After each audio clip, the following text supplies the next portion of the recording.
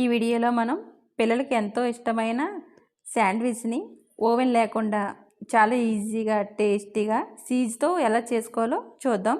Sandwich తయారు చేసుకునే ముందు బ్రెడ్కి మధ్యలో పెట్టుకుని స్టఫింగ్ తయారు చేసుకోవాలి. దాన్ని ఎలా తయారు చేసుకోవాలి ఇప్పుడు చూద్దాం. ఇప్పుడు స్టఫింగ్ కోసం ఒక ఎంటీ బౌల్ తీసుకోవాలి.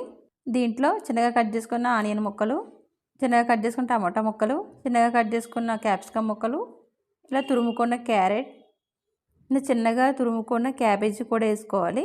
ఒకవేళ మీరు క్యాబేజీకి పెద్ద ముక్కలు కింద కావాలనుకుంటే కట్ చేసుకుని కూడా వేసుకోవచ్చు. ఇలాగే చిన్న ముక్కలుగా కట్ చేసుకున్న కొత్తిమీర కూడా యాడ్ చేసుకోవాలి. ఇప్పుడు దీంట్లో కొద్దిగా సాల్టు, కొంచెం కారం, ఇక్కడ చాట్ మసాలా 2 టేబుల్ స్పూన్ వేసుకోవాలండి. చాట్ మసాలా వల్ల మనకు మంచి టేస్ట్ వస్తుంది. ఇప్పుడు దీంట్లో పిజ్జా సాస్ కూడా వేసుకోవాలి. ఒకవేళ మీ దగ్గర పిజ్జా సాస్ కనుక లేకపోతే టమాటా సాస్ కూడా వేసుకుని కలుపుకోవచ్చండి. ఇప్పుడు మనం ఇవన్నీ కూడా వెజిటేబుల్స్ బాగా ఈ మసాలాలో సాస్ అంతా పట్టేలాగా స్పూన్తో బాగా కలుపుకోవాలి.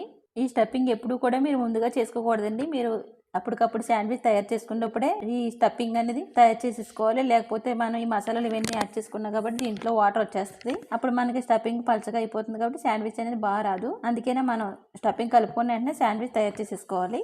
ఇలా ఈ స్టఫింగ్ మొత్తం అంతా బాగా కలిపేసుకున్న తర్వాత ఇప్పుడు మనం శాండ్విచ్ తయారు చేసుకోవడం కోసం బ్రెడ్ తీసుకోవాలండి.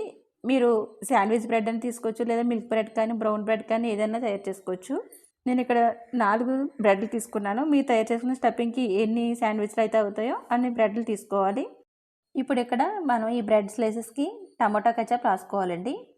ఇలా టమాటా కెచప్ తీసుకుని స్పూన్తో మొత్తం బ్రెడ్ అంతా కూడా స్ప్రెడ్ అయ్యేలాగా బాగా పాముకోవాలి. ఇలా మీరు తయారు చేసుకునే బ్రెడ్ ముక్కలు అన్నిటికీ కూడా ఈ టమాటా కెచప్ రాసుకోవాలి. ఇలా రాసుకున్న తర్వాత ఇట్లా పక్కన పెట్టేసుకుని ఇప్పుడు మనం ముందుగా తయారు చేసి పక్కన పెట్టుకున్న స్టఫింగ్ స్పూన్తో తీసుకుని ఈ బ్రెడ్ పైన మొత్తం అంతా కూడా ఈవెన్గా స్ప్రెడ్ చేసుకోవాలి. ఎక్కడ ఎక్కువ కాకుండా ఎక్కడ తక్కువ కాకుండా మొత్తం అంతా కూడా బ్రెడ్ అంతా స్ప్రెడ్ చేసుకోవాలండి. అలా అయితే మనకి ఈ శాండ్విచ్ అనేది చాలా టేస్ట్గా ఉంటుంది. ఇలా పెట్టుకున్న తర్వాత ఇప్పుడు మనం చీజ్ తీసుకోవాలండి. ఈ చీజ్ తీసుకుని ఇలా దానిపైన పెట్టుకుని తురుముకోవాలి. చీజ్ వేసుకోవడం వల్ల మనకి శాండ్విచ్ అనేది మంచి టేస్టీగా బాగా వస్తుంది. పిల్లలు కూడా తినడానికి బాగా ఇష్టపడతారు. ఇలా మొత్తం అంతా ఒకే చట్టుకోకుండా ఇలా కొంచెం తిప్పుకొని ఈ బ్రెడ్ మొత్తం అంతా స్ప్రెడ్ అయ్యేలాగా చీజ్ తురుముకోవాలి.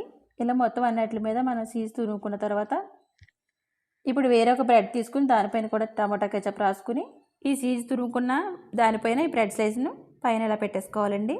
ఇలా మొత్తం ఈ తయారు చేసుకున్నవన్నీ ఇలా పెట్టుకున్న తర్వాత స్టవ్ వెలిగించుకుని ఒక పాన్ పెట్టుకోవాలి.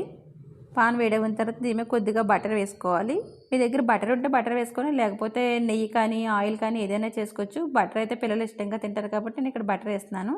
ఇప్పుడు మనకి బటర్ కరిగిపోయిన తర్వాత మనం శాండ్విచ్ తయారు చేసి పక్కన పెట్టుకున్నాం కదా, దాన్ని తీసుకొని మనం పాన్ మీద పెట్టుకోవాలండి. ఈ పాన్ మీద పెట్టుకున్న తర్వాత మనం స్లోలో పెట్టుకుని ఈ శాండ్విచ్ తయారు చేసుకోవాలి. ఆయిల్లో పెట్టేసుకుంటే కింద బ్రెడ్ మాడిపోతుంది. మనకి మాడిపోతే శాండ్విచ్ అనేది టేస్ట్గా రాదు. అందుకనే మనం స్లోలో పెట్టుకునే చేసుకోవాలండి. దీన్ని ఇలా ఒకవైపు కాలిన తర్వాత దీన్ని జాగ్రత్తగా రెండో వైపుకు తిప్పుకొని కాల్చుకోవాలి. ఈ శాండ్విచ్ కాల్చుకునేటప్పుడు మనం దీన్ని కొంచెం పైన ప్రెస్ చేసుకుంటూ కాల్చుకుంటే మనకి లోపల వెజిటేబుల్స్ కుక్ అవి చీజ్ మొత్తం మెల్ట్ అయ్యి బాగా కాలుతుందండి. ఇలా రెండు వైపులా కాల్చుకున్న తర్వాత దీన్ని వేరే ప్లేట్లో తీసేసుకోవాలి. మీరు తయారు చేసుకున్న శాండ్విచ్లన్నీ కూడా ఇలా కాల్చుకోవాలండి. తర్వాత వీటిని ప్లేట్లోకి తీసుకొని ఈ శాండ్విచ్ని సాక్తో కానీ లేదా కట్టర్తో కానీ ఇలా ట్రయాంగిల్ షేప్లో కట్ చేసుకోవాలండి. ఇలా ట్రయాంగిల్ షేప్లో కట్ చేసుకోవడం వల్ల పిల్లలు తినడానికి ఈజీగా ఉంటుంది. లోపల పెట్టిన చీజ్ కూడా మనకి లోపల బాగా మెల్ట్ అయిపోయి ఇలా సాగుతూ పిల్లలు చాలా ఇష్టంగా తింటారు.